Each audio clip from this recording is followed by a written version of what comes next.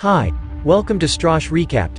Today, I'm going to explain an American-Australian sci-fi thriller movie titled 222, which was released in the year 2017. Spoilers ahead. Watch out and take care. The movie begins as a man walks through the Grand Central Station, New York, with a gun in his hand. People around him notice the gun and start running away. He walks to another man who seems to be protecting a girl. Both the men point guns at each other when the security stops them. The camera pans to a clock, which shows that the time is exactly 2:22. Then, we can hear gunshots. Turns out it was just a dream. A man named Dylan wakes up from his dream, and progresses with his routine, listening to the news. The news talks about a star called Hamlin that died out 30 years ago, but its light is reaching the Earth 30 years later, and that this supernova will have effects on the Earth and its inhabitants. Dylan is then shown on his way to work, riding a bike and heading to the Grand Central Station to take the train. He works as an air traffic controller with serious talent in visualizing patterns. After work, he goes to a club, drinking with his coworkers, and receives a ticket to an aerial ballet as a gift for his upcoming birthday. The following day, at work, he starts to see constellation patterns in front of him. He starts to hallucinate about his recurring dream and cannot communicate with airplanes. He looks at the clock to see it is exactly 2:22. Looking closely, he realizes that the clock has stopped. Dylan comes back to his senses only when his colleagues call him. Dylan notices that the planes are about to crash into each other due to his pause. He quickly reports to the pilots and saves them from crashing by an inch. The passengers inside the planes are relieved. Dylan notices that the clock has started working again. Due to this incident, he is suspended for 4 weeks. The day after he was suspended, he attends the aerial ballet, where he sees a woman named Sarah and is stunned by her beauty. After the ballet is over, everyone is at the after party. Dylan approaches Sarah and introduces himself. They go to a restaurant and start talking. Dylan tells Sarah that his father was a pilot and that he also trained to be a pilot but could never become one, as he was afraid of flying.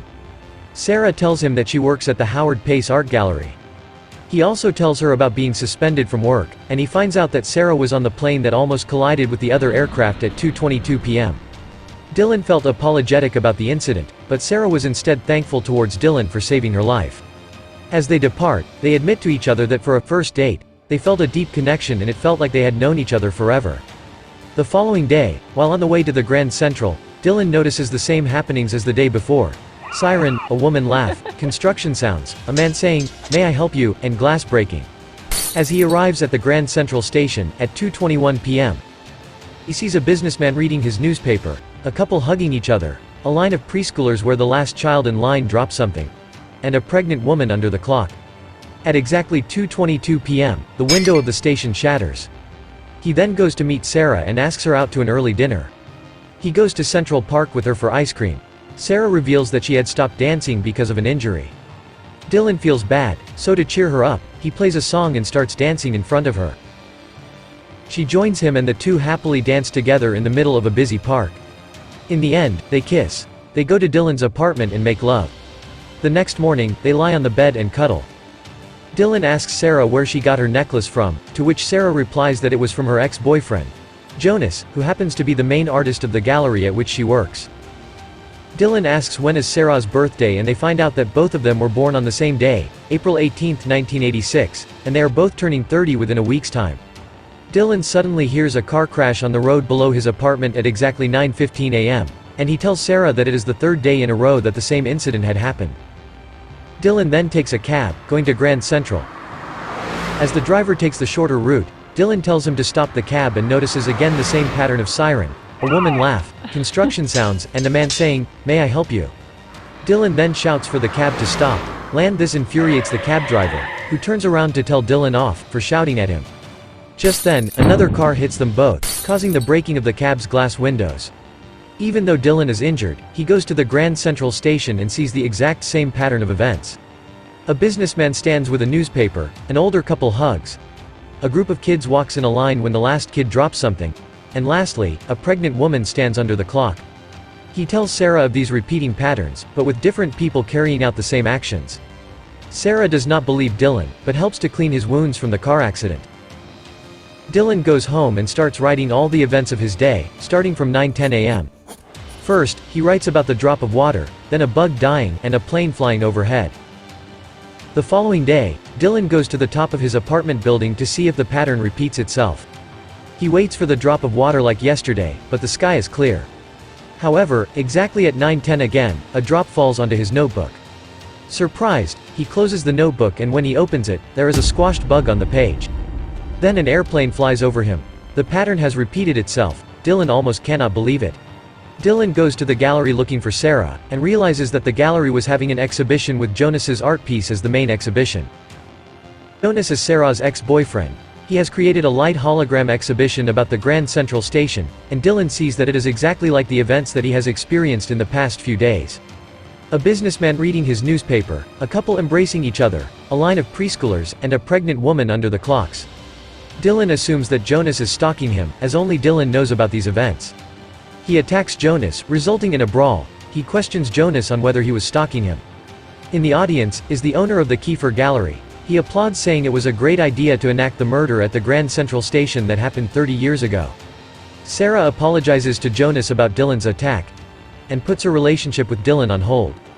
Later that day, Dylan texts Sarah to beg for her forgiveness. In the meantime, he finds a stack of envelopes hidden in his home. He finds out a man named Jake Redman had written these letters to a woman named Evelyn. Upon investigation, Dylan finds out that Jake Redmond lived in his apartment 30 years ago, back in 1987. He also finds an article online and finds out about the murder that happened 30 years ago in Grand Central. Jake Redmond was the murderer. He killed his lover, Evelyn, and a police officer in the middle of the Grand Central. Evelyn was even pregnant at that time.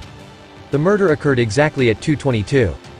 Jake killed Evelyn out of jealousy because Evelyn was in love with the police officer, Noah Marks, whom Jake killed that day too. He also finds that Jake, Evelyn, him, and Sarah share the same birthday.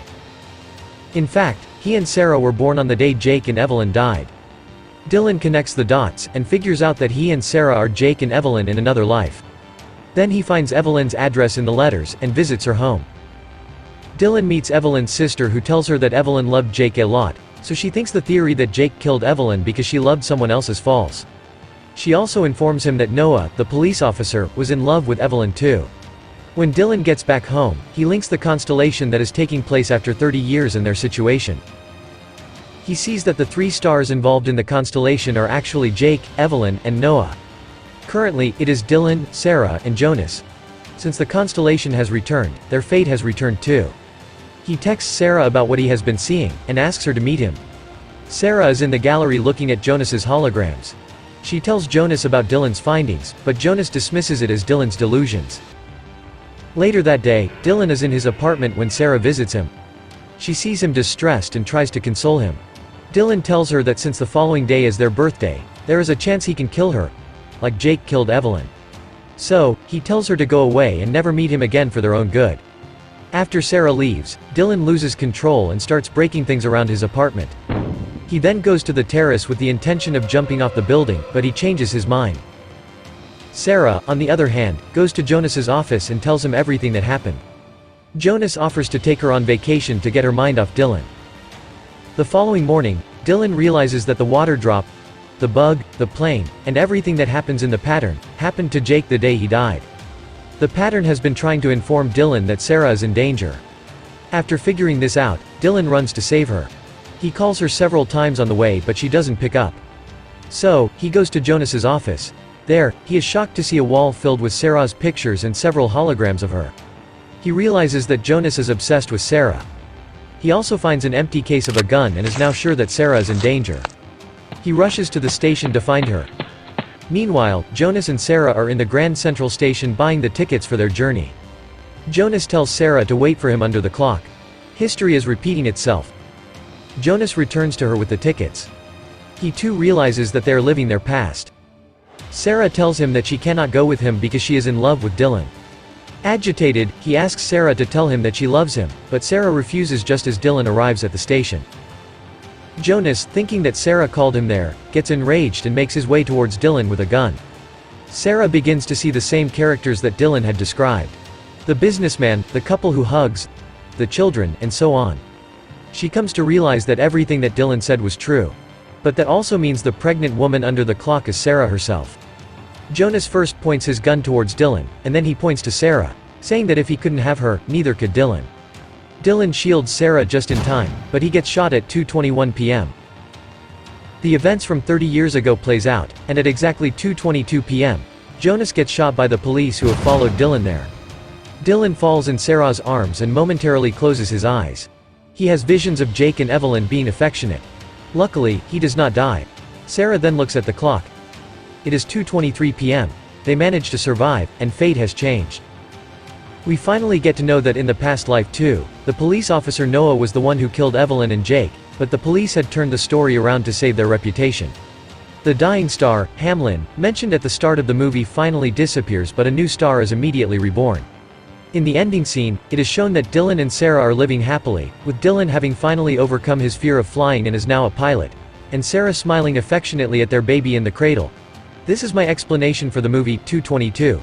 So, what do you guys think about the movie? Write in the comment. Subscribe for more videos like this, turn on notifications, and leave a like to help the channel out. Thank you for watching.